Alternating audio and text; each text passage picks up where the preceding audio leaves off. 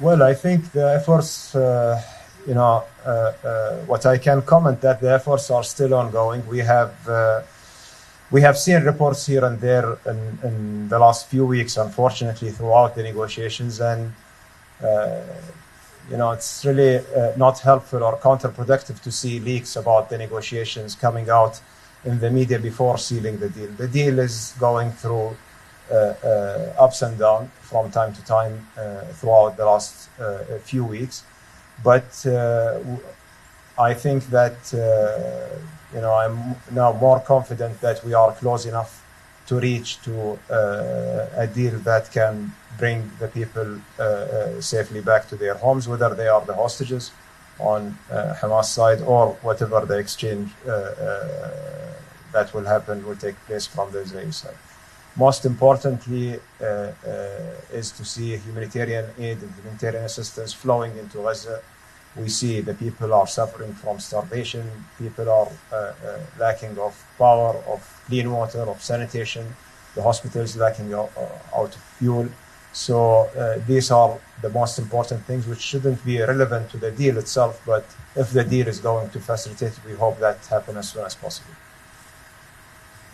السؤال الثالث موجه من رويترز. Sheikh Andrew Gray from Reuters. Sheikh Mohammed, thanks very much for the question. I know that the issue is sensitive, as you've just outlined, on the hostages, but I wonder if you can just provide, you said you were more confident now that an agreement can be reached. Can you say what makes you more confident and what stumbling blocks might still be in the way? And for High Representative Borrell, based on your conversations in Israel and elsewhere, what's your sense of the situation with the hostages, and is there anything the European Union can do to help in this regard? Thank you. Well, regarding the level of confidence on the negotiations, it's a long way. So when you come closer to the goal, you feel your confidence levels are increasing, and we hope that we are reaching to that point. The sticking points, honestly, at this stage are more practical, logistical, not really something represent the core of the deal. The efforts has, still ongoing, and we communicate with both parties, whether it's with the Israelis or with Hamas, and we see there is a good progress, especially happened in the last few days. Thank you. Dear Prime Minister, I've been in Jerusalem, in Tel Aviv, in Ramallah. I met for almost 4 hours with the families, 2 groups of families of the people who has hostages, fathers, sons, brothers. I understand their pain, their sorrow, their sufferings. They asked me to transmit you that you should do, I'm sure you do, everything you could in order to release these hostages.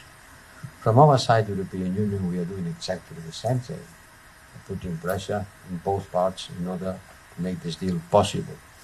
And I know that you have been working relentless since the day one,